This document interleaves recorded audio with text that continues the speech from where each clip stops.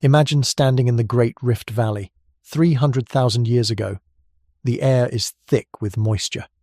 Acacia trees dot a landscape that shifts between dense woodland and open grassland. In the distance, volcanic peaks rise against an endless sky. The earth beneath your feet is still warm from recent tectonic activity. This land is literally tearing itself apart, creating valleys, lakes, microclimates. And somewhere in this fractured, dynamic world, our species is being born, not gradually, not quietly, but through a convergence of pressures and opportunities that would never quite align this way anywhere else on Earth. 300,000 years ago, in this exact environment, Homo sapiens emerged, the first members of our species, your ancestors, mine, every human being who has ever lived. But here's the question that should keep you awake, at least for a few more minutes before this journey lulls you into sleep. Why here? Why only here? Because when you look at the world as it was hundreds of thousands of years ago, Africa wasn't the only continent with forests. It wasn't the only place with resources, with rivers, with abundant wildlife. Primates, our cousins, existed across multiple continents. Great apes roamed through what is now Europe and Asia. The building blocks of human evolution were scattered across the globe, yet humanity emerged from one place, one continent, Africa. Every language you've ever heard spoken, from Mandarin to Arabic to English to Swahili, traces back to Africa. Every civilization that has ever risen, from ancient Sumer to the Roman Empire to modern New York, was built by descendants of African migrants. Every technological innovation, every piece of art, every mathematical equation, every story ever told comes from minds that evolved in Africa. 7 billion people alive today, countless billions who came before, all of us, every single one, carrying Africa in our DNA, in our bones, in the very structure of our brains. This isn't hyperbole, this is genetic fact. But why? Other continents had everything necessary for human evolution. Asia had primates, sophisticated ones in fact. Europe had apes that walked upright. South America had its own evolutionary experiments playing out in isolation. The raw materials existed elsewhere. So, what made Africa different?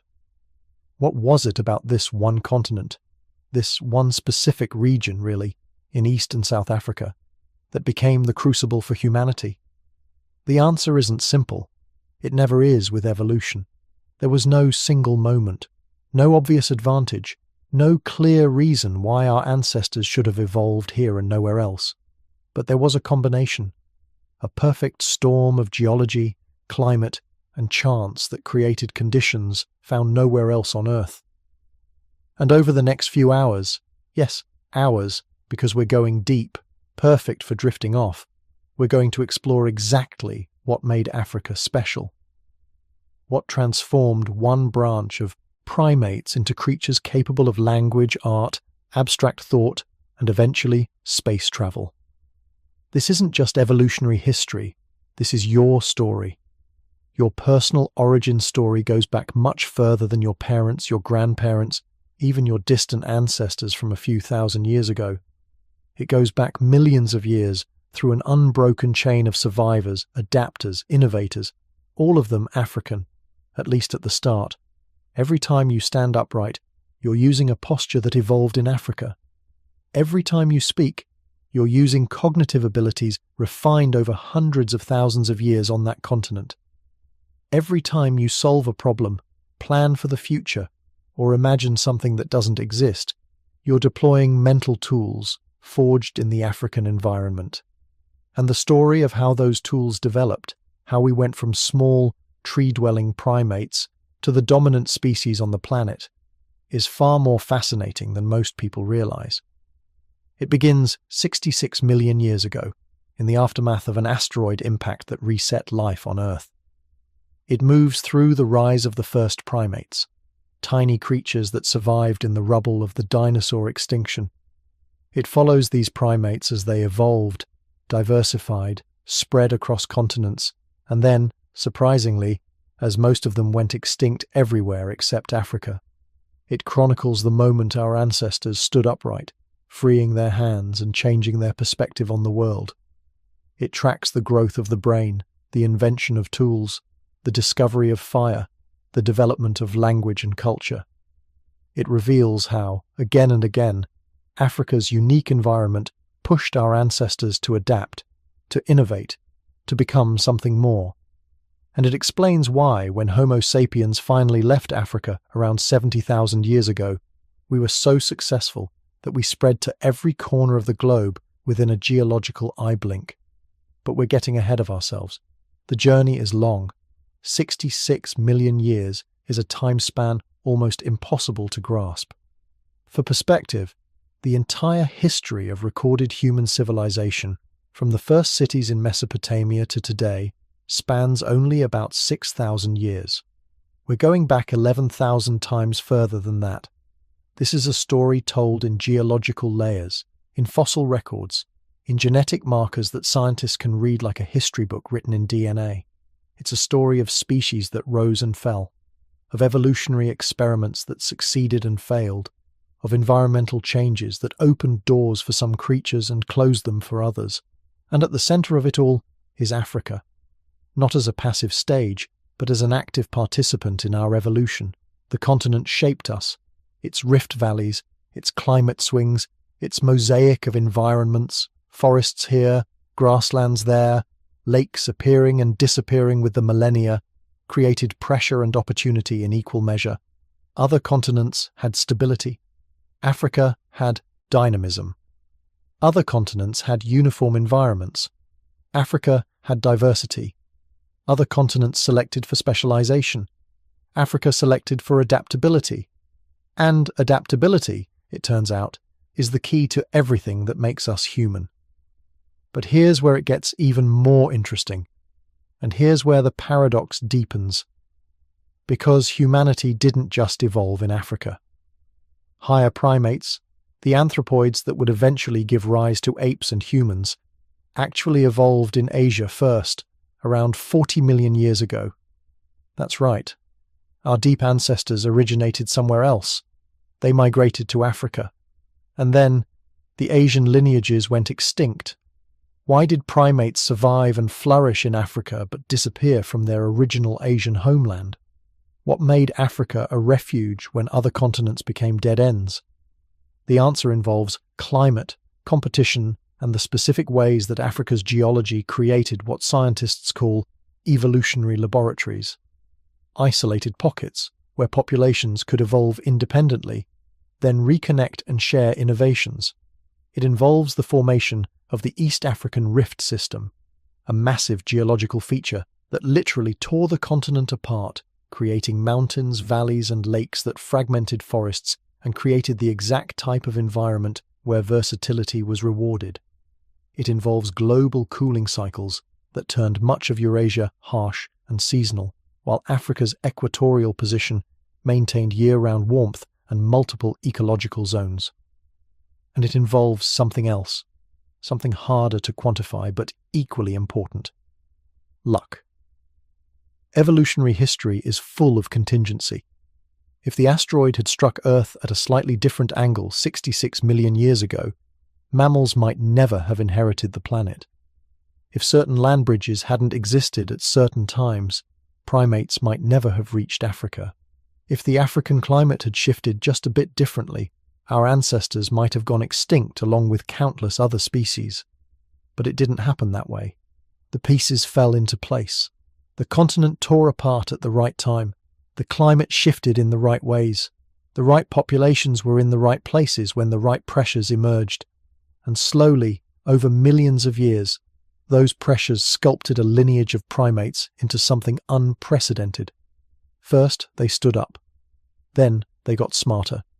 Then, they started talking, planning, creating. And then, they inherited the Earth. This is the story we're about to explore.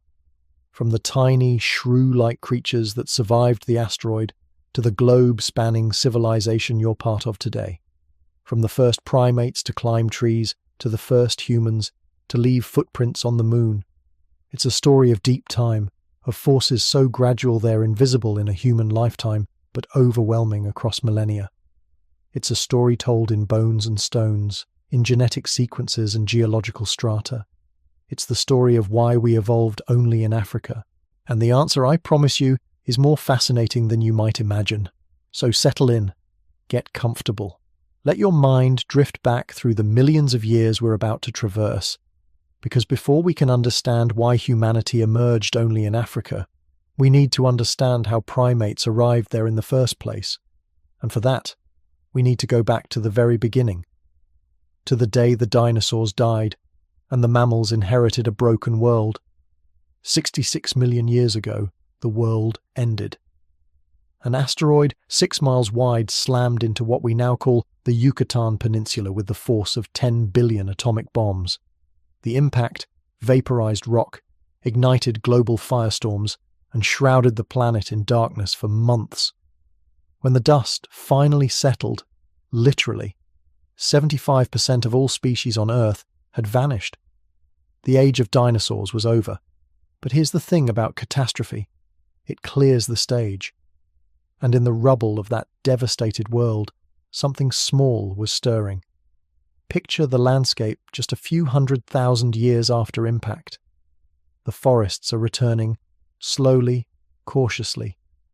And scrambling through the undergrowth no bigger than a mouse is a creature called Purgatorius. Long snout, sharp little teeth, a bushy tail. To our eyes it would look unremarkable, perhaps like a tree shrew or a small rat. You might not even notice it. But you should, because this tiny survivor, this opportunistic scrambler in the post-apocalypse forest, is one of the earliest primates we know of. It's not your ancestor, exactly. Think of it more as a distant cousin to your ancestor. But it represents the beginning of our lineage. The primate story starts here, in the shadow of extinction, with creatures so small they could fit in the palm of your hand. For perspective, 66 million years separates us from Purgatorius. That's more than 300 times longer than the entire span of recorded human history. And yet, the thread connects. That's the dizzying scale we're working with. Now, these early primates, Purgatorius and its kin, weren't quite like modern primates yet. They were proto-primates, sometimes called plesiadapiforms. They had claws instead of nails. Their eyes faced sideways like most mammals. They were, in many ways, still figuring out what it meant to be a primate. But they had one crucial advantage. They were adapted to life in the trees. And in a world recovering from devastation, the trees were the future. Fast forward 10 million years. It's now 55 million years ago. The planet has warmed considerably. This is the Paleocene-Eocene thermal maximum, a period of intense global heating. Tropical forests sprawl across much of the globe, even reaching the Arctic Circle. And in these lush canopies, true primates emerge. These creatures, early members of groups like the adapiforms and omomyids, have something new. Forward-facing eyes, grasping hands with opposable thumbs, nails instead of claws, larger brains relative to body size. These aren't random changes. They're adaptations for a three-dimensional world. When you live in trees, depth perception becomes survival. When you need to grab branches, hands beat claws. When you're navigating complex environments, intelligence pays dividends. Imagine them, small, agile, leaping from branch to branch with precision. Eyes locked forward, judging distances. Hands wrapping around bark and fruit. These are the traits that would eventually give rise to monkeys, apes, and yes, us. But we're still 45 million years away from anything resembling a human. Patience. Here's where the story takes an unexpected turn. A twist that surprises most people when they first hear it. You'd assume, given that humans evolved in Africa, that our primate ancestors have always been African, that the entire story unfolds on one continent, a neat linear progression from ancient primate to modern human. But evolution doesn't work that way. Evolution is messy. It's full of detours and dead ends and migrations across continents. Around 40 million years ago, higher primates, what we call anthropoids, the group that includes monkeys, apes, and humans, first evolved not in Africa, but in Asia. Let that sink in for a moment. The lineage that would eventually produce you began not in the so-called cradle of humankind, but somewhere in the forests of what is now Myanmar, Thailand, or China. Fossil evidence of early anthropoids like Eosimias and Bauhinia shows up in Asian rock layers before they appear anywhere else. These were small, monkey-like creatures with more advanced features than earlier primates: fused frontal bones in the skull, a fully enclosed eye socket, more complex teeth for processing varied diets. So what happened? How did our ancestors get from Asia to Africa? The answer lies in geology and the slow dance of continents. Around 40 to 35 million years ago, during the Eocene and into the Oligocene, the Earth's land masses were arranged differently than today. The Tethys Sea, a vast ocean that once separated Africa from Eurasia, was gradually shrinking as tectonic plates shifted. At certain points, land bridges emerged, temporary connections, narrow corridors of habitat, and anthropoids crossed them. We don't know exactly when or how many times this happened. Fossil records from this period are frustratingly sparse. We're talking about small-bodied animals in tropical environments where fossilization is rare, but by around 38 to 35 million years ago, anthropoids show up in the African fossil record. They'd made the journey. They'd colonized a new continent. And here's the fascinating part. The Asian lineages that gave rise to these African immigrants, they went extinct. Every single higher primate lineage in Asia from this period eventually disappeared.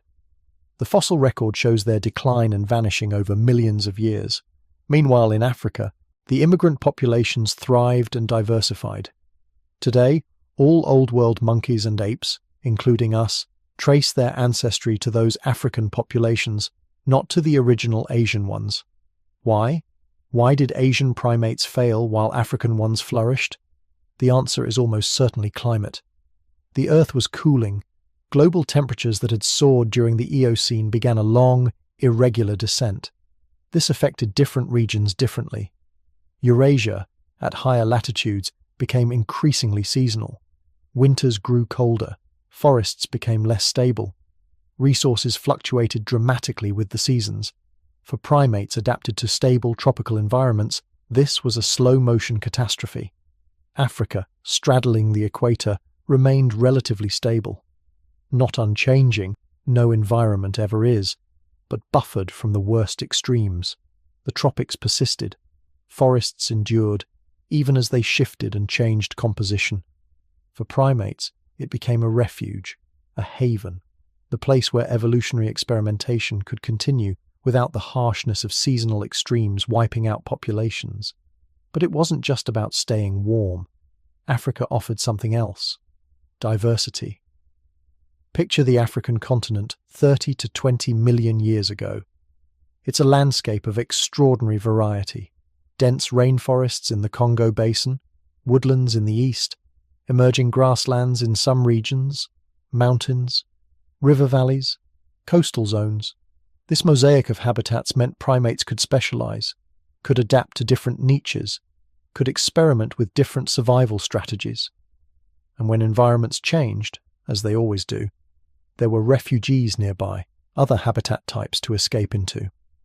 In this crucible of diversity, African anthropoids radiated.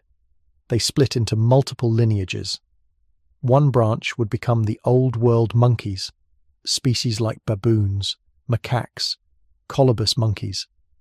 Another branch, around 25 to 20 million years ago, would become the apes. The apes, our family, early apes like proconsul, appear in the African fossil record around 23 million years ago. These weren't knuckle-walking gorillas or brachiating gibbons, not yet. They were more generalized.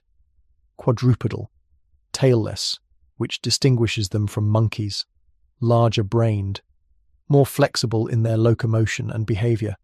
They lived in the forests of East Africa, moving through trees and on the ground, eating fruit and leaves, experimenting with different ways of being.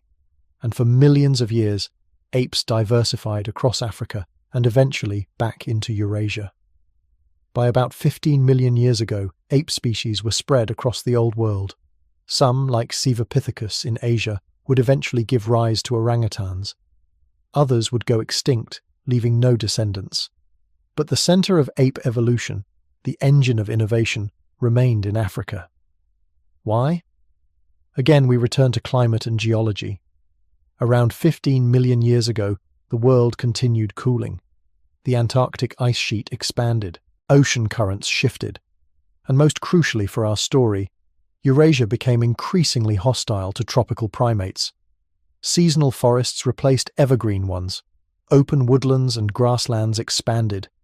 For apes adapted to warm, stable forests, Europe and much of Asia became uninhabitable. Many lineages went extinct. A few, like orangutans, survived in Southeast Asian refugees. But the diversity collapsed. Africa, meanwhile, was undergoing its own transformation, and this transformation would create the conditions for something extraordinary. The East African Rift System began forming around 25 million years ago, but its effects intensified around 10 to 7 million years ago.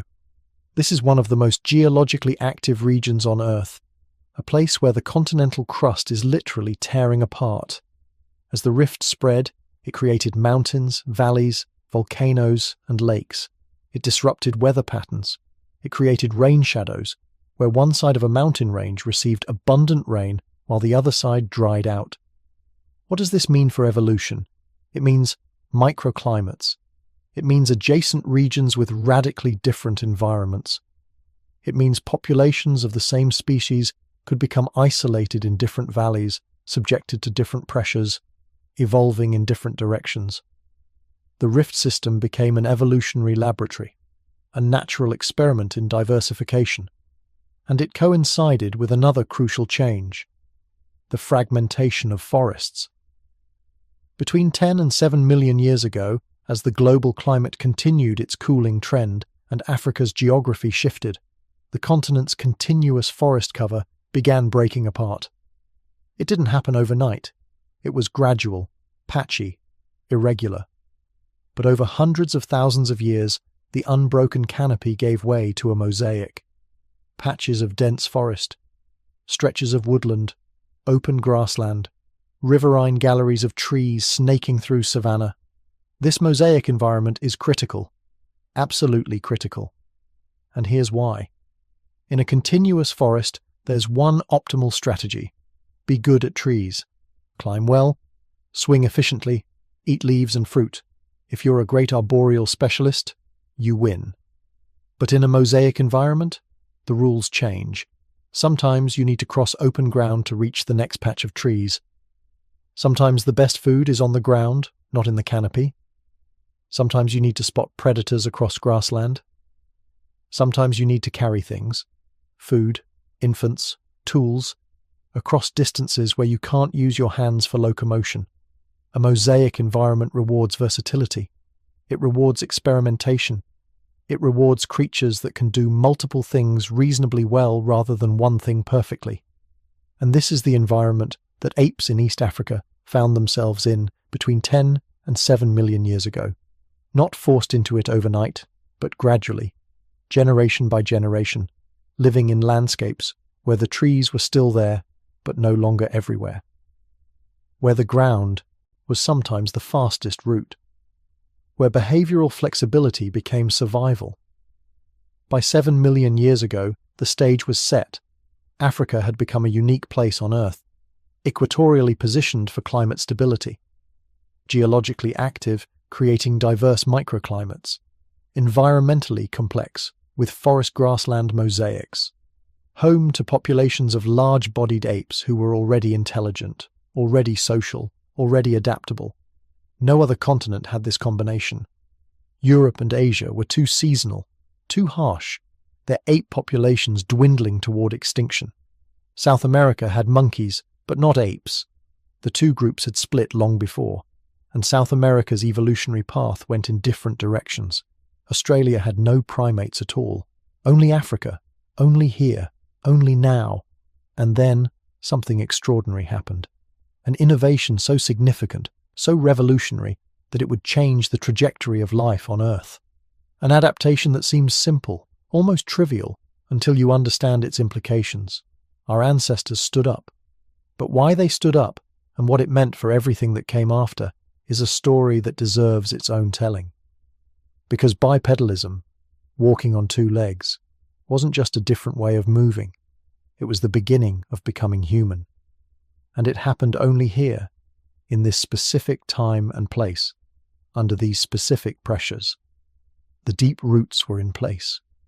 66 million years of primate evolution, the survival of tiny creatures in a post-apocalyptic world, the development of grasping hands and forward-facing eyes, the migration from Asia to Africa, the extinction of alternatives, the refuge of the equator, the laboratory of the Rift Valley, the mosaic of the changing landscape, all of it converging, all of it necessary, and all of it pointing toward the next chapter of our story, the chapter where apes became something more.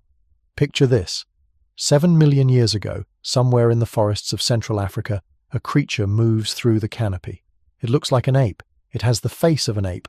But when it climbs down from the branches and crosses a clearing to reach the next grove of trees, something extraordinary happens. It stands up. Not perfectly. Not the way you're standing, or lying down, right now, but upright enough, vertical enough, different enough that if you could travel back in time and watch this moment, you'd recognize something profound. This is the first whisper of humanity. This is where we truly begin. The creature I'm describing might have been Sahelanthropus chadensis. We know it from a single precious skull discovered in Chad in 2001. A find so significant that the team nicknamed it Tumai, which means hope of life in the local Goro language. The skull dates to roughly 7 million years ago, right around the time our lineage split from the ancestors of chimpanzees. And here's what makes Tumai remarkable: the position of the foramen magnum. Stay with me, this matters. The foramen magnum is the hole at the base of your skull where your spinal cord connects to your brain. In quadrupedal animals, creatures that walk on all fours, this hole sits toward the back of the skull. In bipedal animals, it sits directly underneath, balanced atop the spine like a bowling ball on a stick. Tumai's foramen magnum sits underneath, which means that 7 million years ago, in the forests and woodlands of what is now the Sahara Desert, yes, it was green then, something was already experimenting with standing upright. The revolution had begun, though it would take millions of years to perfect. But Sahelanthropus wasn't alone in this experiment. Around 6 million years ago, in the lush highlands of Kenya, another creature was taking its own steps toward bipedalism. We call it Orrorin tuganensis, and we know it from fragments. Bits of thigh bone, pieces of arm, scattered teeth. But those thigh bone fragments tell a story. The femur, your thigh bone, is a remarkably informative bone.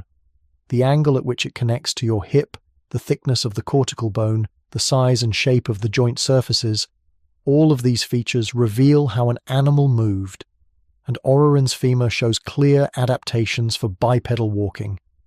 The angle is right, the structure is right.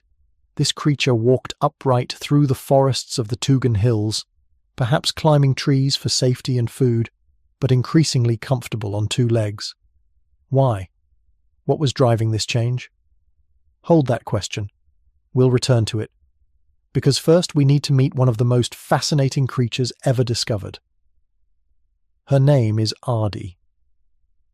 In 1994, in the Afar region of Ethiopia, the same region that would yield so many hominin treasures, paleontologists discovered something extraordinary. A nearly complete skeleton of a hominin that lived 4.4 million years ago. They named the species Ardipithecus ramidus, and the individual specimen became known as Ardi. It took 15 years to fully excavate, prepare, and analyze Ardi's bones. 15 years of painstaking work, piecing together 125 fragments of a skeleton that had been crushed and scattered over millennia. And when the analysis was finally published in 2009, it revolutionized our understanding of early human evolution. because Ardi was a mosaic. She had feet that could grasp like an ape's, a divergent big toe perfect for gripping branches. But she also had a pelvis designed for bipedal walking. She had long arms for climbing, but she had legs that could support upright locomotion. She was part tree dweller, part ground walker, a creature caught between two worlds, or perhaps more accurately, a creature inhabiting both worlds with equal facility. Ardi wasn't a chimp that learned to walk upright. She was something different, something uniquely adapted to a specific environment, a forest that was beginning to fragment, where trees still provided food and safety, but where the ability to move efficiently across open ground was becoming increasingly valuable. She represents a moment of transition, a threshold, and then, moving forward through time, we arrive at perhaps the most famous fossil human ever discovered. Lucy. On November 24, 1974, paleoanthropologist Donald Johanson was surveying a gully in the Afar region of Ethiopia when he spotted a fragment of arm bone poking from the sediment. What followed was one of the most significant discoveries in the history of human origins, a skeleton that was roughly 40% complete, belonging to a small female who died 3.2 million years ago. The team was listening to the Beatles that night, and Lucy in the Sky with Diamonds was playing on repeat. The name stuck. Lucy, Australopithecus afarensis, was definitively, unambiguously bipedal. Her pelvis was short and broad, perfectly designed for upright walking. Her leg bones angled inward, allowing her to walk with her feet under her center of gravity rather than waddling side to side. Her foot had lost the grasping big toe. It was aligned with the other toes, forming a rigid lever for pushing off the ground with each step. She still had long arms. She probably still climbed trees, perhaps to sleep safely at night, but she was built for walking. She was a biped, and she wasn't alone. Lucy belonged to a species that thrived across East Africa for nearly 1 million years. Australopithecus afarensis fossils have been found at multiple sites, representing dozens of individuals, revealing a successful, adaptable species that had fully committed to life on 2 legs. But the most emotionally powerful evidence of early bipedalism doesn't come from bones at all. It comes from footprints. In 1976, at a site called Laetoli in Tanzania, paleontologist Mary Leakey discovered something that still takes my breath away when I think about it. A trail of footprints, preserved in volcanic ash, left by 3 individuals walking across the landscape 3.6 million years ago. Think about that for a moment. Imagine the scene. A volcano erupts in the distance. Ash falls like snow across the savanna. It's damp from recent rain, the consistency of wet concrete. 3 individuals, possibly a family, possibly just traveling together, walk across this ash-covered ground. Their feet leave impressions. Then more rain falls, just enough to harden the ash without washing the prints away. Then more ash falls, sealing the prints. Then time, 3.6 million years of time, preserves this moment. Until Mary Leakey brushes away the overlying sediment and reveals them again. Those footprints are hauntingly human. The heel strikes first, then the weight rolls forward across the ball of the foot, then the toes push off. It's exactly how you walk. The arch is there. The big toe is aligned. These are the footprints of bipeds, of creatures whose bodies and movement patterns would be recognizable to you, even though their faces and brains would still seem ape-like. There's something deeply moving about those prints. They're not fossils in the traditional sense, not bones turned to stone, not artifacts shaped by hands. They're traces of behavior, preserved by chance, offering us a window into a single moment of ancient life. 3 individuals, walking together across the ash-covered plain. Where were they going? What were they thinking, if thinking is even the right word? Were they afraid of the erupting volcano? Were they fleeing? Or simply travelling, as they did every day, across their home range? We'll never know. But they walked upright. That much is certain. And that brings us to the question that's been building since the beginning of this section. Why? Why did our ancestors stand up? What evolutionary pressure or advantage drove this radical transformation in body plan and locomotion? Here's the thing. There's no single answer. Evolution rarely works through single, simple pressures. It's not a story of one day an ape stood up, found it advantageous, and passed that trait to its offspring.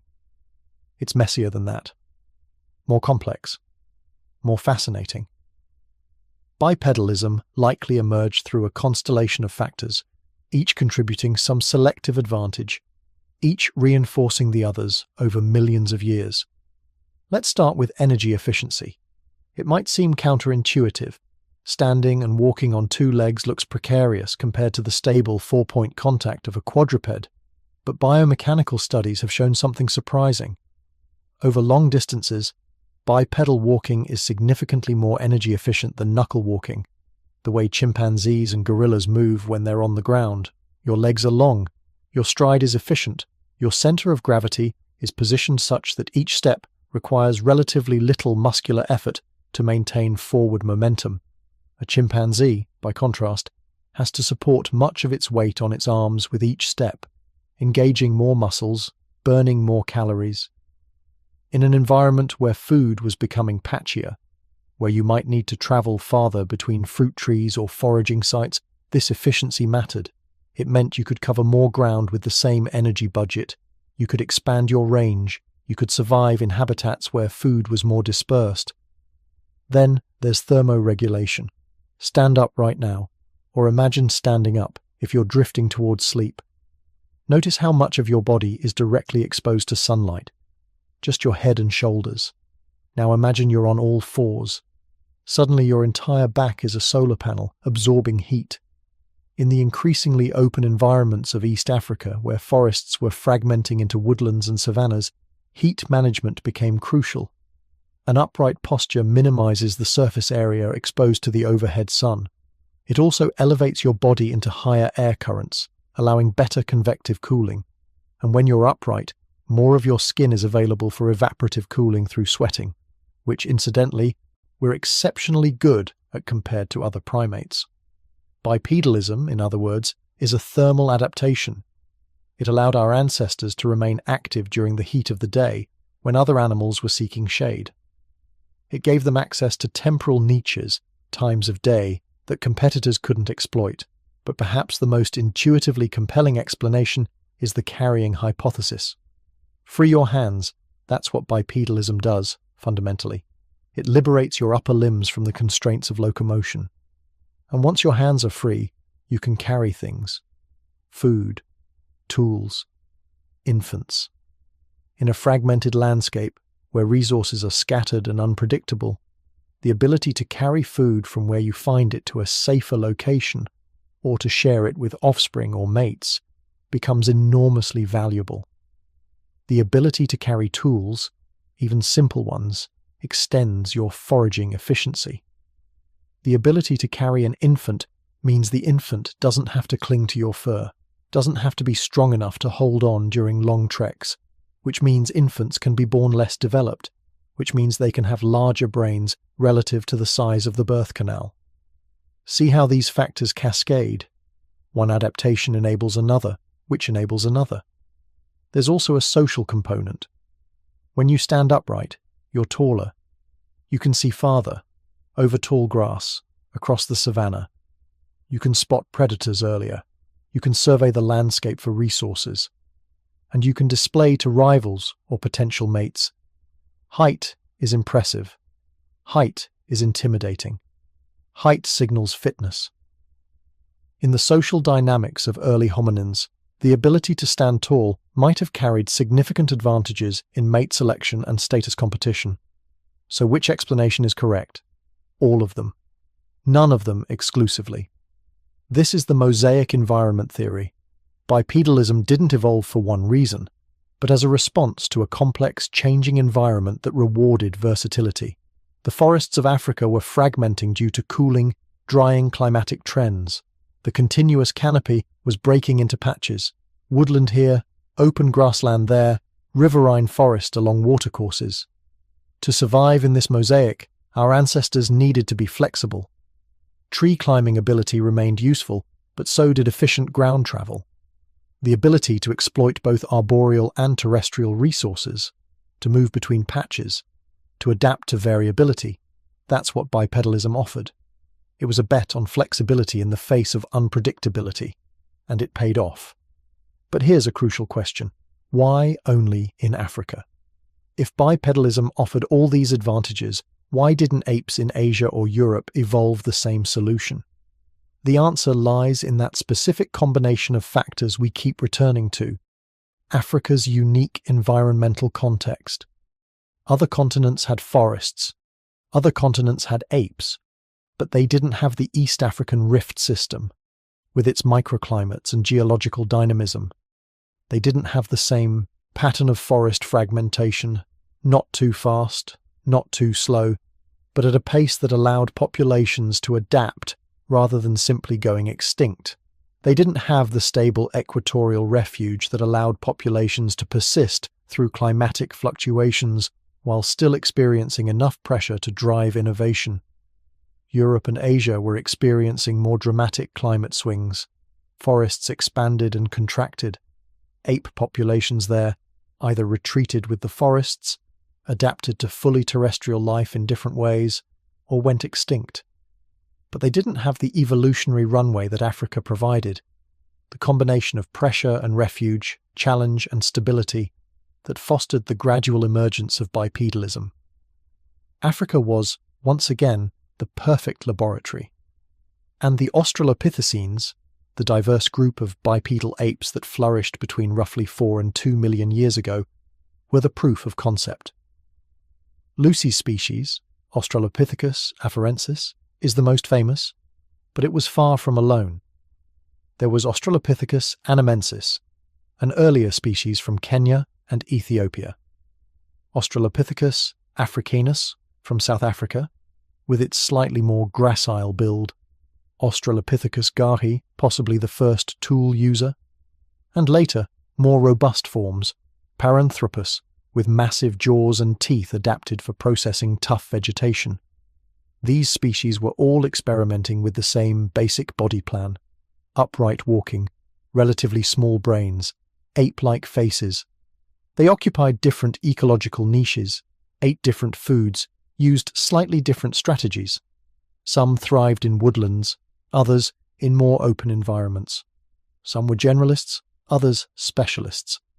It was a remarkable adaptive radiation, all built on the foundation of bipedalism. But, and this is important, these were not yet humans in any sense we'd recognize cognitively.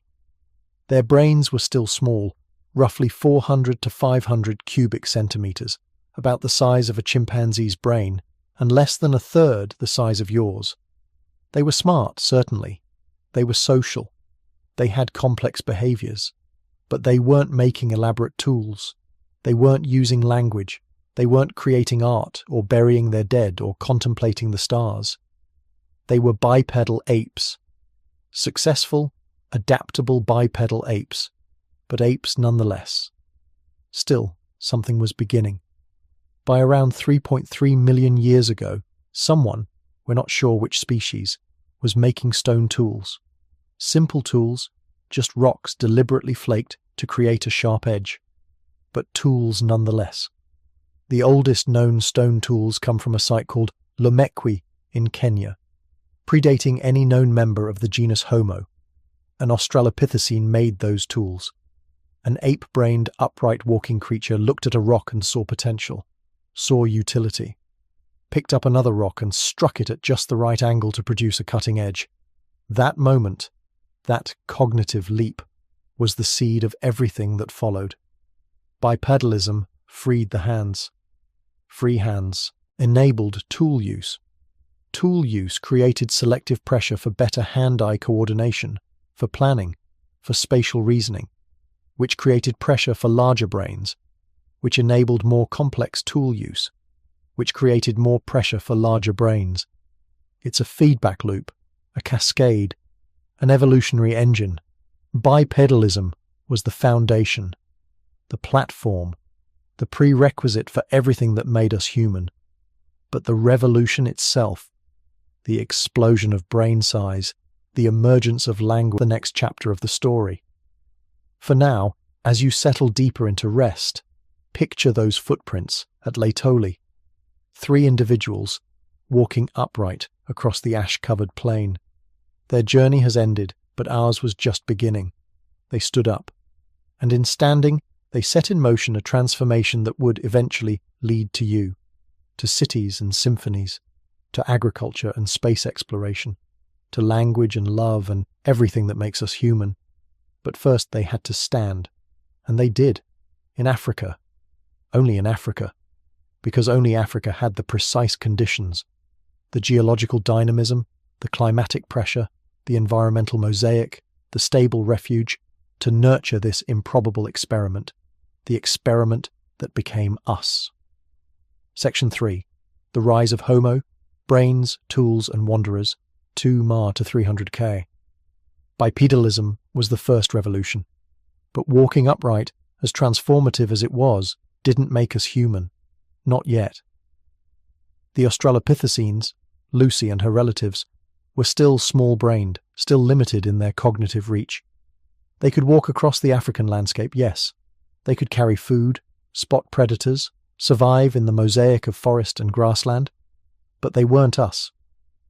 Around 2.8 to 2.3 million years ago, something shifted.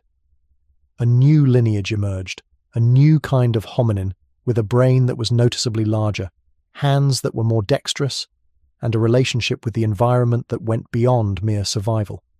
This was the birth of the genus Homo, our genus, the lineage that would eventually produce you, me, and every person who has ever lived.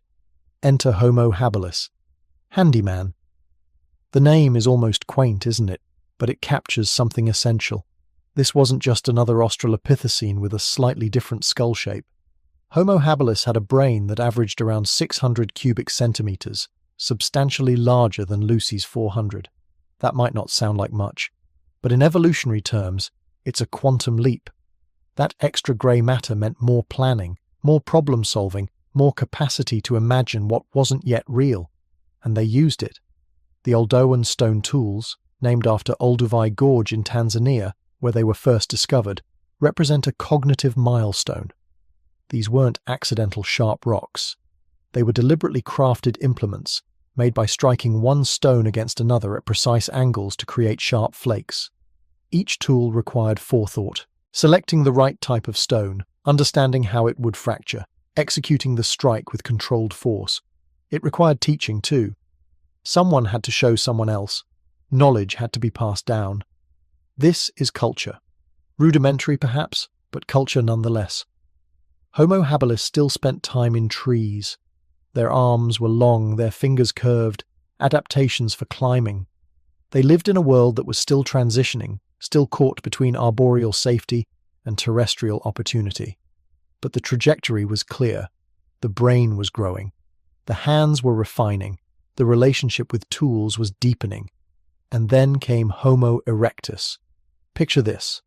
1.9 million years ago, on the western shore of Lake Turkana in Kenya, a young boy dies. He's perhaps 8 or 9 years old, though his skeleton suggests he would have grown to nearly 6 feet tall. He's buried in sediment, and over the millennia, his bones fossilize. Fast forward to 1984. Paleontologist Kamoya Kimeo spots a small piece of skull eroding from a hillside. The excavation that follows uncovers something extraordinary, the most complete early hominin skeleton ever found. The Turkana boy. His skeleton tells a story that words alone cannot. Look at his proportions. They're essentially modern. Long legs, short arms, narrow hips.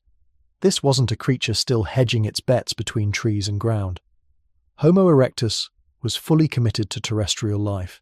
These were walkers, runners, long-distance travelers. Their bodies were built for endurance, for covering vast territories under the African sun, and their brains, around 900 cubic centimeters, 50% larger than habilis. The skull of the Turkana boy shows all the hallmarks of what would become the human form: a flatter face, smaller teeth, a more rounded cranium. The evolutionary distance between habilis and erectus is striking, far more dramatic than the differences between erectus and us. Homo erectus represents a revolution. Consider what a larger brain demands. Grey matter is metabolically expensive. Your brain, right now, uses about 20% of your body's energy, despite being only 2% of your body weight. For erectus, with their growing brains, this created a paradox. How do you fuel a bigger brain when you're still foraging in an unpredictable environment? The answer changed everything. Fire and cooking. By 1.5 million years ago, we have evidence of controlled fire. Not just opportunistic use of natural wildfires, but deliberate ignition and maintenance. Hearths, burned bones, charred plant remains. The archaeological sites at Kubi Fora in Kenya and Swartkrans in South Africa preserve these ancient flames, frozen in time. Try to imagine the significance of this moment. Fire meant warmth on cold nights. It meant protection from predators. No lion willingly approaches a blaze. It meant light after sunset, extending the day, creating space for social interaction after the hunt. But most, crucially, fire meant cooking. Cooked food is pre-digested. The heat breaks down tough fibers, denatures proteins, kills parasites. Your body extracts far more calories from cooked meat and tubers than from raw. You spend less energy chewing, less energy digesting. And those saved calories? They can fuel a larger brain. Cooking and cognition became locked in a feedback loop, each enabling the expansion of the other. Fire also transformed social life. A hearth is a gathering place. Imagine those ancient groups sitting in a circle as darkness pressed in around them, flames dancing, faces illuminated. Stories could be told. Knowledge could be shared. Bonds could be strengthened. Fire created a center, a home base, a place of safety and community. And with larger brains, better tools, and the mastery of fire, Homo erectus did something no hominin had done before. They left Africa. Around 1.8 million years ago, small groups of Homo erectus walked out of the continent that had birthed them. They moved north, through the Sinai, into the Levant. They spread east into Georgia. The fossils at Dmanisi, dated to 1.8 million years ago, capture this moment. These are some of the most complete early Homo fossils found outside Africa, and they're strikingly primitive, showing that the migration happened early, when erectus was still evolving. From Georgia, the journey continued, into Central Asia, down into Southeast Asia, where Java man was discovered in the 1890s, across to China, where Peking man lived in caves near Beijing. By 1.5 million years ago, Homo erectus had spread across much of the Old World. Why could they leave when earlier hominins could not? The answer lies in everything we've just discussed. Larger brains meant better planning, better problem solving, better adaptation to new environments. Advanced tools, hand axes, cleavers, made it possible to process a wider variety of foods, to hunt more effectively. Fire provided warmth in colder climates, protection from unfamiliar predators, the ability to cook unfamiliar plants and make them edible, and cooperative hunting allowed small groups to take down large prey, securing the caloric resources needed to sustain their energy-hungry brains. Homo erectus wasn't just surviving, they were thriving. In Eurasia, they endured for over 1 million years. Let that sink in. Over 1 million years. Modern Homo sapiens has only existed for about 300,000 years. Homo erectus outlasted us by a factor of 3. They adapted to tropical rainforests in Java, temperate woodlands in China, seasonal grasslands in the Levant. They evolved into local variants, Java man, Peking man, populations shaped by their specific environments but all part of the erectus lineage. But here's what's fascinating. While erectus was spreading across Eurasia, evolution didn't stop in Africa. Back in the cradle, the evolutionary engine continued to churn. Around 700,000 to 600,000 years ago, a new hominin appears in the African fossil record Homo heidelbergensis. Named after a jaw found near Heidelberg, Germany, but likely originating in Africa, Heidelbergensis had an even larger brain, around 1,200 cubic centimeters, and more refined tools. The hand axes become more symmetrical, more carefully crafted, suggesting not just function, but perhaps aesthetic consideration. Heidelbergensis is crucial. This species, or something very much like it, appears to be the common ancestor of two of the most famous hominins in our family tree, Neanderthals and Homo sapiens. Around 600,000 to 400,000 years ago, the lineages began to diverge. Populations that migrated into Europe and Western Asia faced colder climates, ice ages, isolated valleys. Over hundreds of thousands of years, they evolved into Neanderthals, stocky, cold-adapted, with brains as large as ours but differently shaped. Meanwhile, back in Africa, other Heidelbergensis populations continued their own evolutionary trajectory, eventually giving rise to Homo sapiens. This split is visible in our DNA. Genetic studies show that Neanderthals and Denisovans, another archaic human population in Asia, separated from the sapiens lineage between 600,000 and 400,000 years ago. The molecular clock, ticking away in our genes, records the moment when our ancestors and theirs last shared a common population.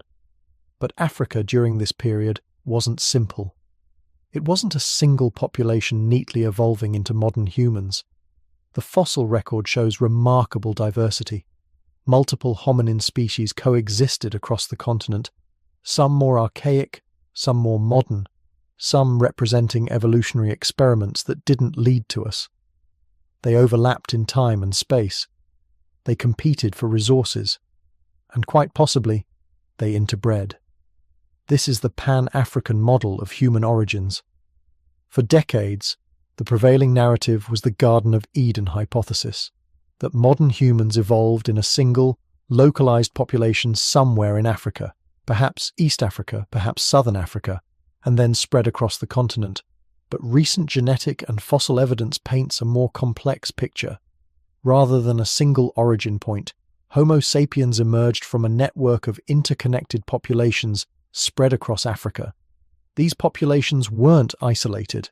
They traded genes, shared cultural innovations, occasionally merged and split as environmental conditions changed. Africa is vast, 3 times the size of Europe, with incredible environmental diversity. Rainforests in the Congo Basin, savannas in East Africa, deserts in the north, mountains, rivers, lakes. Each region shaped its inhabitants differently, but gene flow between populations prevented complete speciation. This diversity was Africa's strength. During this period, the Earth was experiencing intense climatic fluctuations. Ice ages came and went in cycles, each lasting tens of thousands of years. When ice sheets expanded in the northern hemisphere, Africa's climate shifted dramatically. Rainforests contracted, lakes dried up, deserts expanded. Populations became isolated in refugia, pockets of habitable land surrounded by harsh environments. And then the ice would retreat. Rainfall would return. Forests and grasslands would expand. Populations would reconnect. Genes would flow. Innovations would spread. This cycle of isolation and reconnection, repeated over hundreds of thousands of years, created an evolutionary pressure cooker. Isolated populations had to innovate to survive their local conditions. When they reconnected, the best innovations spread rapidly through cultural transmission. This process, called population structure and gene flow, may be the key to understanding why Africa remained the crucible of human evolution. Meanwhile, cultural innovation was accelerating. Stone tools became more sophisticated. The Acheulean hand axes of Homo erectus and Heidelbergensis were impressive, but by 300,000 years ago, a new technology emerged: the prepared core technique. Instead of simply striking flakes off a stone, tool makers began to carefully shape a core stone so that a single, perfect flake could be struck off. This required extraordinary spatial reasoning, the ability to visualize the final product before it existed. It required planning multiple steps ahead. This is abstract thinking. Language, too, was likely evolving during this period. We have no direct evidence. Words don't fossilize. But the complexity of tool-making, the coordination required for cooperative hunting, and the social structures implied by larger group sizes all suggest sophisticated communication. Perhaps not language as we know it, but something approaching it. Symbolic gestures, proto-words, the cognitive architecture that would eventually support full linguistic expression. By 400,000 years ago, the pieces were falling into place. Africa had maintained a diverse, interconnected network of hominin populations. These populations had large brains, sophisticated tools, controlled fire, and increasingly complex social structures. They lived in a continent that constantly challenged them with environmental shifts, forcing adaptation and innovation. And crucially, Africa's size and diversity meant that even when regional populations crashed due to drought or disease, others survived elsewhere on the continent, preserving the species and its accumulated knowledge. This is why Africa remained the crucible. Neanderthals in Europe were isolated in smaller populations, facing harsher climates with less genetic diversity. When environmental disasters struck, they had fewer refuges, fewer populations to draw on. Homo erectus in Asia had thrived for over 1 million years, but they, too, lived in smaller, more isolated groups, with less gene flow, less innovation exchange. Africa's genetic and environmental diversity maintained adaptability in a way no other region could match, and so the stage was set. For 300,000 years ago, somewhere in Africa, perhaps in multiple places across Africa, a new hominin appeared. A hominin with a high, rounded skull, a gracile skeleton, a prominent chin, a brain averaging 1350 cubic centimeters, capable of abstract thought, symbolic expression, and technological innovation, unlike anything the world had seen. Homo sapiens. We had arrived. Section 4. Homo sapiens, the African triumph and global journey. Around 315,000 years ago, in what is now Morocco, something unprecedented was happening. In a cave system called Jebel Irhoud, a group of hominins lived, hunted, and eventually died. Their bones would lie buried for over 300 millennia. When archaeologists finally unearthed them in the 1960s, and crucially, when they redated them using advanced techniques in 2017, the timeline of human origins shifted dramatically backward. These weren't just ancient humans. These were us, Homo sapiens, our species, walking, breathing, living in North Africa more than 300,000 years ago, and they weren't alone in being early. Thousands of miles to the southeast, along the Omo River in Ethiopia, more fossils tell a similar story. The Omo Kibish remains, dated to roughly 195,000 years ago, reveal the same anatomical signature: a skull with a high, rounded brain case, a face that pulls back beneath the forehead rather than jutting forward, the delicate bone structure we call gracile, slender, refined, distinctly modern. This is the birth of our species, not in one garden, not in one valley, but across the breadth of Africa, from the Mediterranean coast to the Ethiopian highlands. And the question becomes, what made these individuals different from everything that came before? Let's start with the obvious: the skeleton itself. If you could line up a Homo erectus, a Neanderthal, and a Homo sapiens side by side, the differences would be subtle but unmistakable. The sapien skull sits high and domed, like a cathedral ceiling compared to the lower, elongated vaults of earlier species. The forehead rises almost vertically. There's a chin, a small bony protrusion at the base of the jaw that serves no obvious mechanical purpose but marks us unmistakably.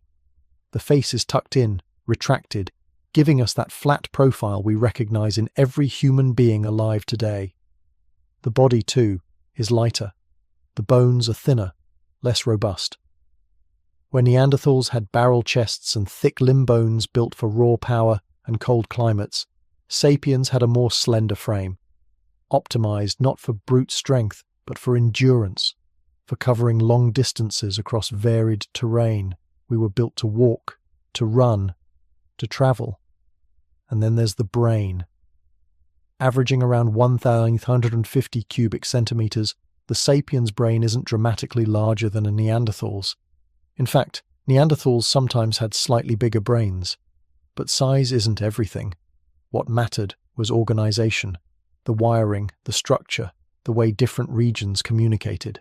The high, rounded skull of sapiens suggests a differently shaped brain, one with expanded areas for abstract thinking, planning, and social cognition. The hardware was similar. The software, it seems, was revolutionary. But how do we know, really know, that all of us descend from these African populations? Enter genetics. In the 1980s and 90s, scientists began tracing human ancestry not through bones, but through genes. They focused on two particularly useful pieces of our genetic code: mitochondrial DNA, passed down exclusively through mothers, and Y chromosome DNA, passed exclusively through fathers. By comparing the genetic variation in modern populations and working backward, they could estimate when and where our most recent common ancestors lived. The results were stunning. All living humans trace their mitochondrial DNA back to a woman who lived in Africa roughly 150,000 years ago, nicknamed Mitochondrial Eve. Not because she was the only woman alive, but because her mitochondrial lineage is the only one that survived to the present day. Similarly, all men trace their Y chromosomes back to Y chromosomal Adam, who lived around 200,000 years ago, also in Africa. These aren't literal individuals named Eve and Adam. They're statistical ancestors, the points where all modern lineages converge. But their existence tells us something profound. We all share African roots, every single one of us. And here's where it gets even more fascinating. When geneticists compare the DNA of modern populations, they find something extraordinary. African populations, particularly groups like the San people of southern Africa or the Hadza of Tanzania, have more genetic diversity than all non-African populations combined. Let that sink in for a moment.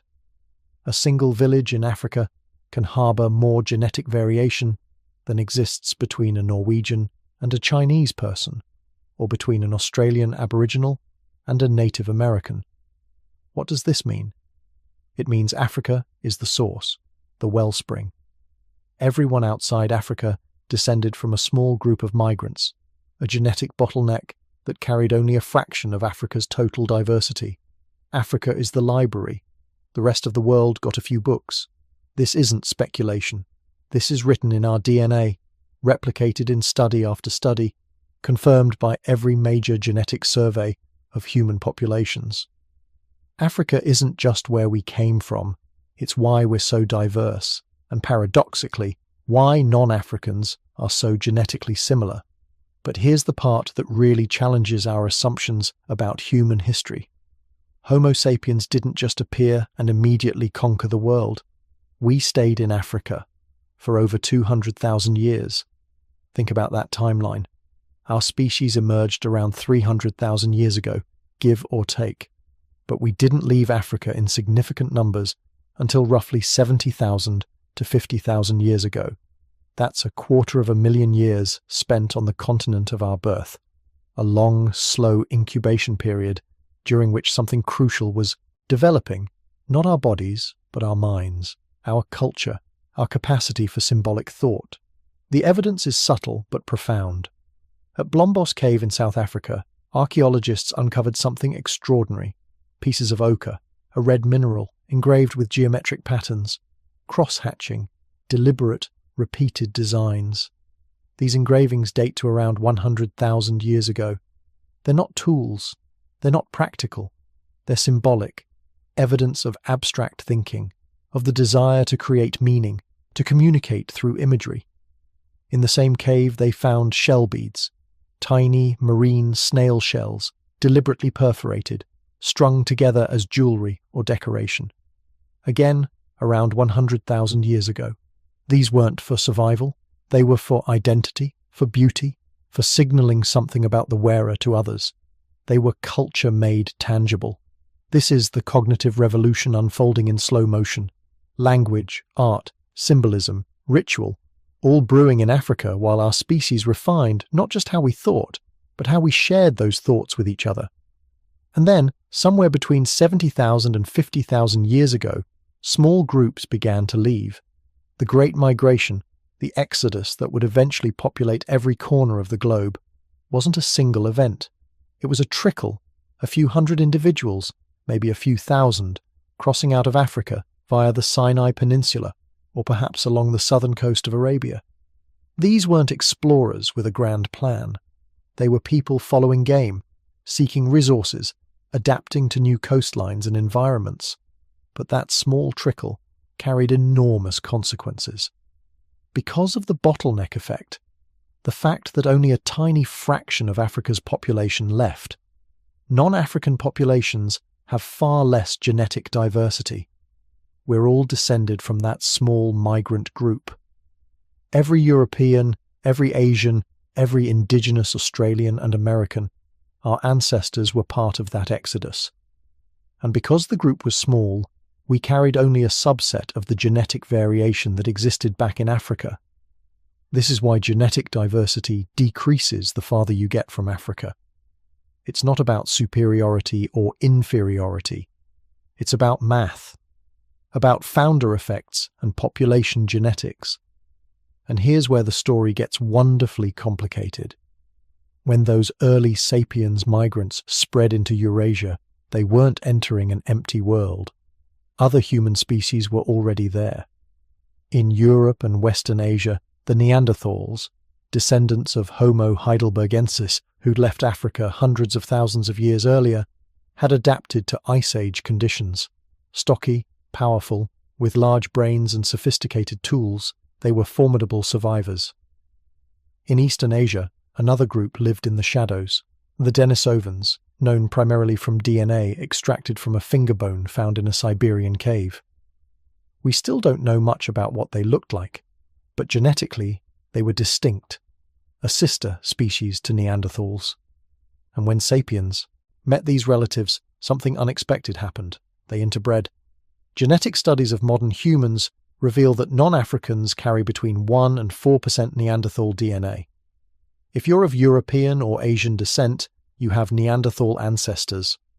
Some populations in Oceania and Asia also carry Denisovan DNA, evidence of interbreeding events in the deep past. This complicates the narrative, doesn't it? We didn't simply replace our relatives. We absorbed them. We loved them, or at least mated with them, and their genes became part of us.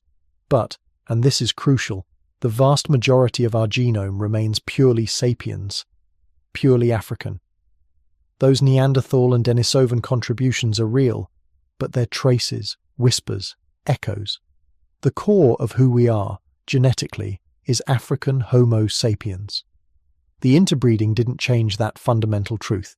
It added complexity, yes, but it didn't rewrite the story. And sapiens didn't stop at Eurasia. The spread was astonishingly rapid once it began. By 40,000 years ago, humans had reached Australia, a journey that required seafaring, planning, and courage. By 15,000 years ago, we'd crossed into the Americas, populating 2 entirely new continents. Within roughly 50,000 years, a species that had spent 250,000 years in Africa had become global. Which raises the obvious question: why did sapiens succeed where others failed? Neanderthals had lived in Europe for hundreds of thousands of years. Homo erectus had survived in Asia for over 1,000,000 years.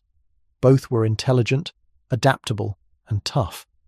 So why did they go extinct while we thrived? One compelling answer is what scientists call the Pan-African Innovation Network theory. Africa is huge. It's the second largest continent, with an extraordinary range of environments: rainforests, savannas, deserts, mountains, coastlines. And crucially, it's where the largest Homo sapiens population lived. More people means more brains. More brains means more innovation. More innovation means better tools, better strategies, better adaptations. But it's not just about numbers, it's about connection. African populations, despite being spread across a massive continent, remained in contact. Trade networks, migration, intermarriage, All of this created a web of cultural exchange. Ideas could flow. A tool innovation in southern Africa could eventually reach populations in the north. A hunting strategy developed in the east could spread west. Neanderthals, by contrast, lived in smaller, more isolated populations. Europe during the Ice Age was a fragmented landscape of refuges separated by ice sheets and harsh terrain. Population sizes were smaller, genetic diversity was lower, and crucially, the flow of innovation was slower. It's not that Neanderthals weren't smart, they absolutely were. They made sophisticated tools, controlled fire, cared for their sick, buried their dead. But they lacked the critical mass of interconnected populations that sapiens had. Cooperation and culture became our secret weapons. Sapiens developed complex social networks that enabled rapid adaptation and knowledge transfer. We didn't just learn from our own experiences, we learned from each other, across generations, across vast distances. We built on accumulated knowledge in ways that accelerated innovation exponentially, and we had language. Not simple communication. Animals have that. But complex recursive language capable of expressing abstract concepts, hypothetical scenarios, shared mythologies. Language allowed us to coordinate in large groups, to plan for the future, to teach intricate skills. It was the ultimate cognitive edge, refined over tens of thousands of years in Africa. By the time sapiens left Africa, we weren't just anatomically modern, we were cognitively modern, culturally modern, and that made all the difference. Now, it's worth pausing here to address some complications in the narrative, because science is never as clean as we'd like. In 2019, researchers announced the discovery of Danuvius guggenmosi, an 11.6 million-year-old ape found in Germany. Analysis of its bones suggested it might have been bipedal, or at least capable of upright walking. If true, this would mean bipedalism evolved outside Africa, long before our African ancestors stood up. Does this upend everything? Not really. It complicates, but doesn't contradict. Bipedalism may have evolved multiple times in different lineages. Danuvius, if it was indeed bipedal, represents a European ape experiment that eventually went extinct. It's not our ancestor. The bipedalism that led to humans still evolved in Africa, in our lineage, under the specific environmental pressures we've discussed. Convergent evolution, where similar traits evolve independently, is common in nature. And here's another complication. Homo erectus lived in Eurasia for over 1 million years. Why didn't they become human in the modern sense? The answer is, they did evolve, just not into us. Homo erectus populations in Europe likely contributed to the Neanderthal lineage. Populations in Asia may have given rise to Denisovans and other archaic humans. They didn't stay static. They adapted, changed, evolved into new forms suited to their environments, but they didn't become Homo sapiens. That happened in Africa, along a different evolutionary path, under different pressures. And this brings us back to the power of Africa's environment. Constant climatic variability, oscillating between wet and dry periods, forests expanding and contracting, savannas appearing and disappearing. This wasn't a stable paradise, it was a pressure cooker. Populations had to adapt constantly, had to innovate or die. And crucially, Africa's size meant that even during harsh periods, refugees existed. Populations could contract, survive, and then expand again when conditions improved. This cycle of pressure and refuge, repeated over hundreds of thousands of years, forged a species capable of adapting to almost anything. Genetic studies continue to confirm this African origin, no matter how much complexity we uncover. Every new genome sequenced, every ancient DNA sample analyzed, every population study conducted, all roads lead back to Africa. The details get more intricate, the timelines get refined, but the fundamental truth remains unchanged. We are an African species, and this has profound implications for how we see ourselves today. We are one species, one family, with one recent shared origin. The concept of biological races, distinct subspecies of humans, simply doesn't hold up under genetic scrutiny. We're too young as a species, too interconnected. The genetic variation within any given population is greater than the average difference between populations.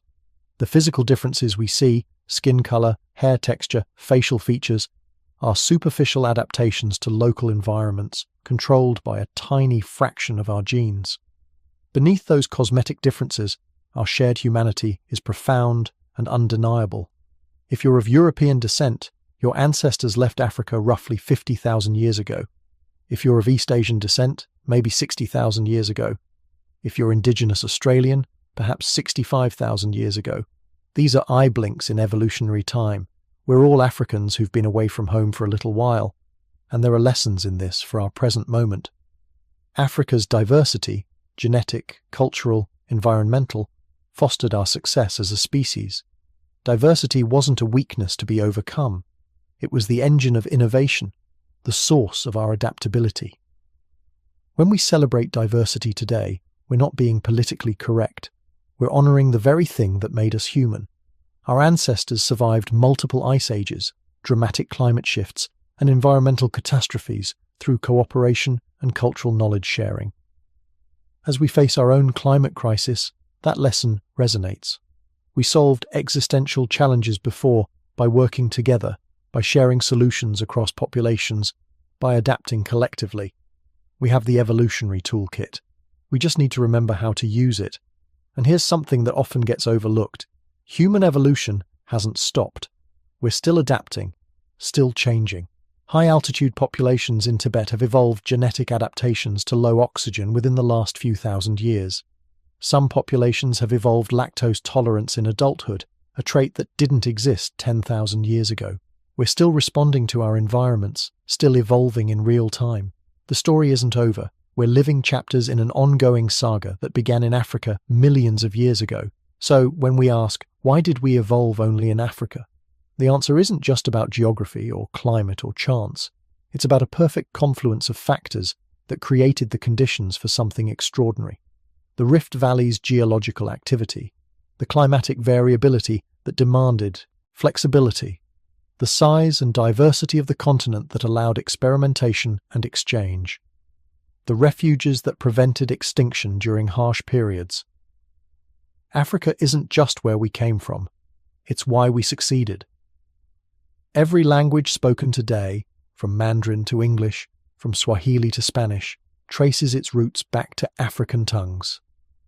Every cultural achievement, every technological innovation, every artistic tradition, every philosophical insight, all of it rests on foundations laid in Africa over hundreds of thousands of years. The Great Pyramid of Giza, built in Africa. The Renaissance in Europe, created by descendants of African migrants. The Taj Mahal in India, the Great Wall of China, the civilizations of the Americas, all built by hands that carried African DNA, minds shaped by African evolution.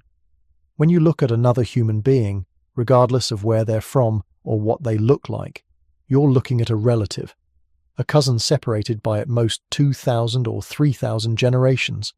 In the grand sweep of evolutionary time, we all left the family reunion about 5 minutes ago.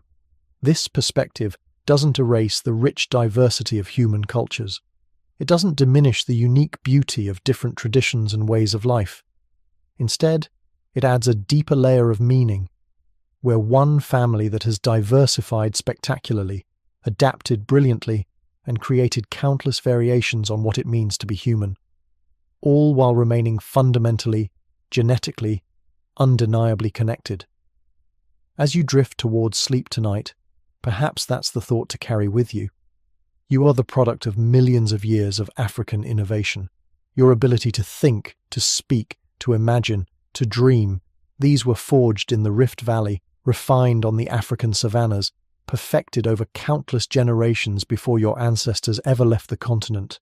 You are, in the most literal sense, a child of Africa. We all are. And that shared heritage, that common origin, that undeniable biological unity, it's not just a scientific fact, it's an invitation to see each other as family, to recognize that our differences are recent, superficial, and beautiful, while our similarities are ancient, profound, and fundamental. Africa gave us everything: the upright posture that freed our hands, the big brains that let us wonder, the language that let us share those wonders, the social bonds that let us survive, the creativity that let us thrive, the resilience that carried us through ice ages and droughts and every challenge the world could throw at us. Every step you take, you walk on feet shaped in Africa. Every thought you think with a brain designed in Africa. Every word you speak with a voice that echoes African origins. We didn't just evolve in Africa, we became human there, and no matter how far we've wandered, no matter how long we've been away, we carry that African legacy in every cell, every gene, every beat of our hearts. That's not just history, that's who we are. Section 6. Conclusion and Reflection. The African Legacy and Our Shared Future. So here we are. After wandering through 66 million years of evolutionary history, after tracing the path from tiny, shrew-like survivors of an asteroid apocalypse to the 7 billion humans now scattered across every continent and island on Earth, we arrive at an answer. Why did we evolve only in Africa? The question itself feels almost too big to hold in your mind. It encompasses geology and genetics, climate and chance, isolation and innovation. But if we pull back and look at the entire journey we've taken together, a pattern emerges. Not a simple pattern, evolution never offers simple answers, but a comprehensible one. A story written in stone and bone and DNA. Africa was different, not superior, not predetermined by destiny or divine plan. Just different. In ways that mattered profoundly for the particular path evolution would take. Let's trace it one more time, slowly, letting the pieces settle into place. 66 million years ago, an asteroid struck the Yucatan Peninsula with the force of 1 billion nuclear weapons. The dinosaurs died. The world burned, then froze, then slowly, painfully, came back to life. In the wreckage, our ancestors, tiny primates no larger than rats, survived in the trees. They were nobody special. Just lucky, just adaptable enough to make it through. Over the next 40 million years, those primates evolved. Forward-facing eyes for depth perception, grasping hands for navigating branches, larger brains for processing the three-dimensional maze of the forest canopy. And here's the twist we explored early on. The higher primates, the anthropoids, first evolved in Asia, not Africa. Our distant ancestors migrated to Africa from the east, finding refuge in its equatorial forests, while their Asian cousins gradually went extinct under the pressure of cooling climates and changing landscapes. Africa became the sanctuary, the place where primates could diversify, experiment, survive. And then, between 10 and 7 million years ago, something extraordinary happened. The East African Rift System, that massive geological wound tearing the continent apart, created a patchwork of environments. Dense forests here, open grasslands there, volcanic highlands, freshwater lakes, a mosaic of microclimates packed into a relatively small area. This wasn't happening anywhere else. Not like this. Not with this intensity, this diversity, this combination of stability and change. And in that mosaic, some apes started to stand up. Bipedalism. Walking upright on 2 legs. It seems so fundamental to being human that we forget how strange it is, how rare, how revolutionary. Sahelanthropus, Orrorin, Ardipithecus, the Australopithecines. Over millions of years, different lineages experimented with this new way of moving. Some succeeded, most didn't. But the ones that did gained something precious: efficiency. The ability to cover long distances without exhausting themselves. The ability to carry things, food, tools, infants, across fragmented landscapes. The ability to see farther, move smarter, adapt faster. Bipedalism freed the hands. and freed hands could manipulate the world in ways no other ape had dreamed of. But here's what matters. This happened in Africa because only Africa had the right conditions. The mosaic environments that rewarded versatility, the rift valleys that created isolated populations, allowing experimentation, the equatorial position that provided climatic refuge even as ice ages gripped the higher latitudes. Other continents had forests, other continents had grasslands, but only Africa had this specific perfect storm of geological and climatic factors converging at exactly the right time. Then came Homo, our genus, the toolmakers, the fire-wielders, the thinkers. Around 2 million years ago, brains started getting bigger, not just a little bigger, dramatically bigger. Homo habilis with their Oldowan stone tools, Homo erectus with their sophisticated hand axes, their controlled use of fire, their ability to hunt cooperatively and plan ahead. These weren't just physical changes, they were cognitive revolutions. The expansion of the prefrontal cortex, the development of language, the capacity for abstract thought, for imagining futures that didn't yet exist and then working together to bring them into being. And yes, Homo erectus left Africa. Around 1.8 million years ago, they walked out into Eurasia and thrived there for over 1 million years. They were successful, adaptable, resilient. They evolved into Neanderthals in Europe, Denisovans in Asia. But here's the crucial point. Back in Africa, evolution didn't stop. The continent's diversity, its size, its range of environments, its interconnected populations, created what researchers call a Pan-African innovation network. Ideas, genes, technologies could flow between groups. Populations could separate, experiment, then reconnect and share their innovations. Africa was an evolutionary laboratory on a continental scale, and 300,000 years ago, that laboratory produced us, Homo sapiens, with our gracile skeletons, our high foreheads, our prominent chins, with brains averaging 1,350 cubic centimeters, not dramatically larger than Neanderthals but organized differently, wired for language, for symbolism, for culture in ways that would prove transformative. For 200,000 years, we stayed in Africa. We weren't stuck there. We chose to stay, or rather, there was no evolutionary pressure strong enough to drive us out. We had everything we needed. And during that long incubation period, we developed something extraordinary. Complex culture, abstract art, symbolic thinking, the ability to transmit knowledge not just through genes but through teaching, through story, through accumulated wisdom passed from generation to generation. When we finally did leave Africa around 70 to 50,000 years ago, we carried that cultural toolkit with us, and it made all the difference. Within 30,000 years, we had spread to every inhabitable continent. We encountered Neanderthals and Denisovans, and, in most cases, absorbed them. A little interbreeding here and there, 1 to 4% of non-African genomes carry Neanderthal DNA, but the vast majority of who we are, genetically and cognitively, is purely sapiens, purely African. The genetic evidence is undeniable.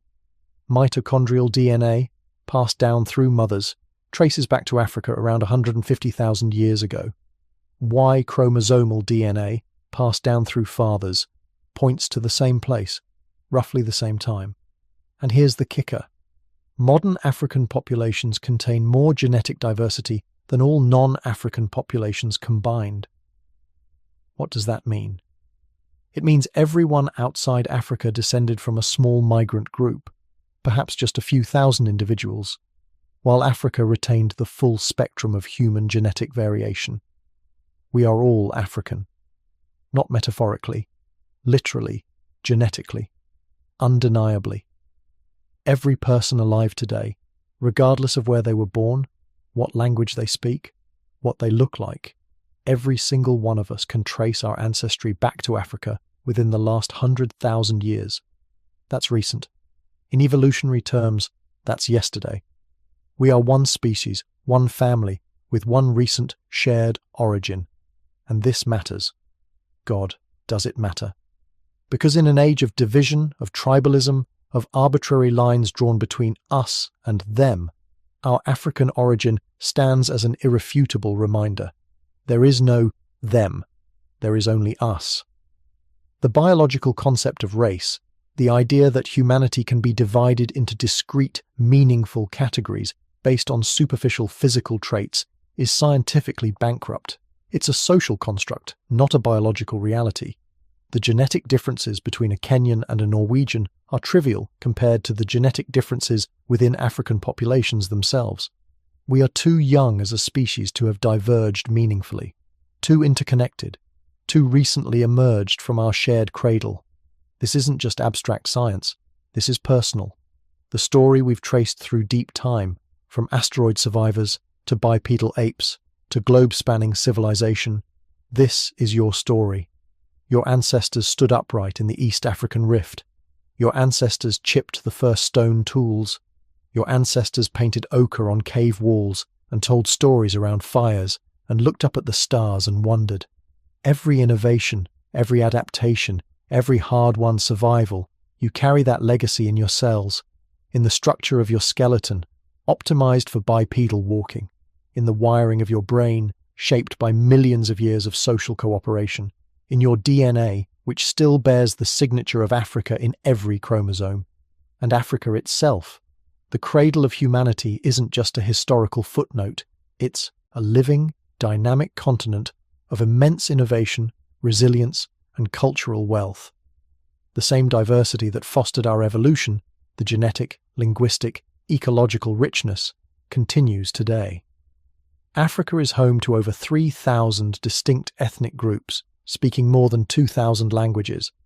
It's a continent of megacities and ancient traditions, cutting-edge technology, and deep ecological knowledge. To think of Africa only as our past is to miss half the story. It's our present and our future too. The lessons embedded in our evolutionary journey feel urgent right now. Our ancestors survived dramatic climate shifts, ice ages, droughts, environmental upheavals that would have destroyed less adaptable species. How did they do it? Through cooperation, through cultural knowledge sharing, through diversity, genetic and behavioral, that allowed different groups to experiment with different survival strategies. We face our own climate crisis now, our own environmental upheavals, and the evolutionary toolkit that carried our ancestors through their challenges is still available to us. We have the capacity for cooperation on a global scale. We have the cognitive flexibility to innovate, to adapt, to change course when the old ways stop working. We have diversity, cultural, intellectual, genetic, that represents not a source of conflict, but a reservoir of solutions. The question is whether we'll use these gifts, whether we'll remember that we're all branches of the same African tree. Environmental stewardship matters in this context. The ecosystems that created us, the rift valleys, the forests, the grasslands, shaped our bodies and minds over millions of years. We are products of Earth's biodiversity. And now, in a geological eye blink, we've become powerful enough to destroy that biodiversity, to simplify ecosystems, to drive species extinct at rates not seen since the asteroid that killed the dinosaurs. There's a circularity here, a poetic justice or injustice depending on how we act. The diversity of life on Earth made us possible. What we do with that inheritance will determine what becomes possible for the species and ecosystems that come after us. But let's zoom out even further. Let's appreciate the sheer improbability, the staggering wonder of it all. 66 million years ago, an asteroid struck the Earth. If it had hit a few moments earlier or later, landing in deep ocean instead of shallow sea, the impact would have been less catastrophic. The dinosaurs might have survived. Mammals might have remained small, nocturnal, marginal.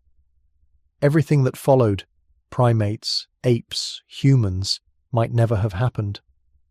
But it did hit, and mammals did survive, and over unimaginable stretches of time, through countless generations, through extinctions and radiations and migrations and adaptations, a lineage emerged that could look back on its own history and ask, why?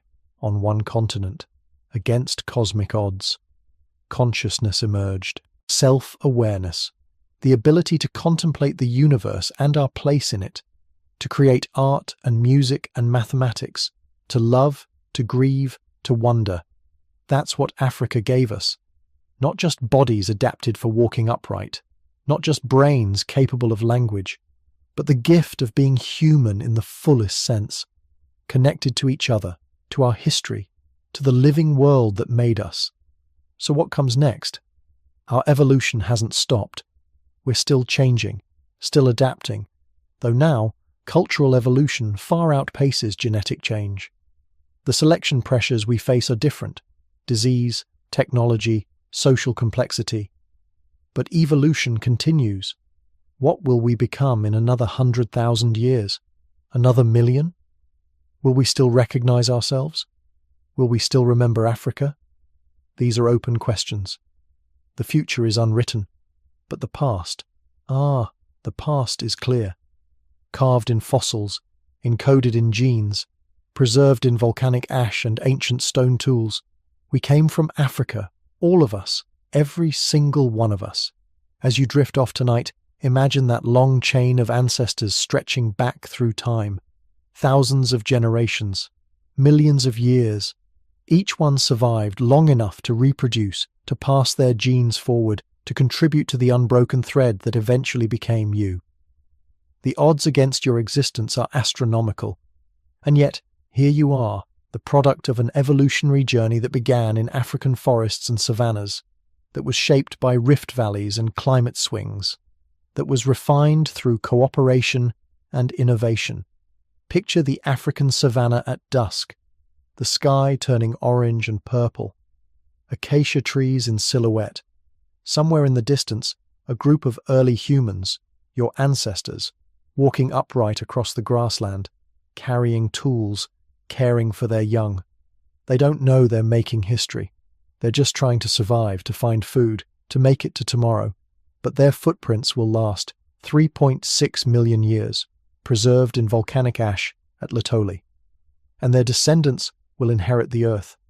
You are the product of millions of years of African innovation, of geological accidents and climatic pressures and the sheer tenacity of life. You carry that continent in your bones, in your DNA, in the structure of your mind. Never forget that. If you can, explore your own ancestry. Trace your family tree back as far as records allow, and then imagine it continuing back through the mists of time, through the development of writing and agriculture, through the migration out of Africa, through the long incubation period of sapiens, back and back to the first bipedal ape standing upright in the Rift Valley. If you have the opportunity, visit Africa. Walk where your ancestors walked. Feel the connection and honor the cradle. Support conservation efforts. Oppose the forces of division that try to convince us we're separate species instead of one family. Celebrate diversity as the evolutionary advantage it is. If you've enjoyed this journey through deep time, consider subscribing. There are more stories to tell, more deep dives into history, into science, into the grand narrative of how we got here. Check out the playlist for other evolution content, other episodes designed to help you drift off while contemplating the wonders of the universe and our place in it. This script draws on decades of paleoanthropological research, genetic studies, archaeological discoveries, the work of countless scientists excavating fossils in the East African Rift, analyzing ancient DNA, piecing together the puzzle of human origins. Their work gives us this story, our story.